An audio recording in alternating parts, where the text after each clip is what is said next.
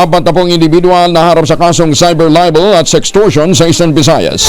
Detalye ng balita mula kay Jimmy Angay-Angay, Aris 32, maupay nga agad Jimmy. Mismo ang Regional Anti-Cybercrime Unit Eastern Visayas ang amaresto sa mga akusado na may warrant of arrest dahil sa kasong cyber libel at sextortion.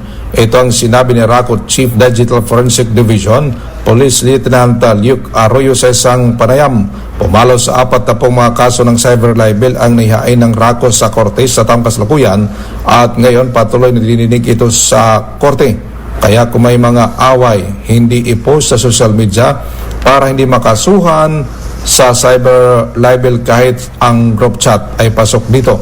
Samantalang sextortion naman, may mga insidente na nakasuhan ang mga suspect sa pamamagitan ng pagbablackmail sa mga biktima kapalit sa pakikipagtalik na hindi ipapakalat ang mga nude picture ng mga ito. Mula dito sa DYV Action Radyo Tacloban, ito si R32 Jimmy Angay-Angay para sa DZRH, una sa Pilipinas, una sa Pilipino. Daghang salamat Jimmy.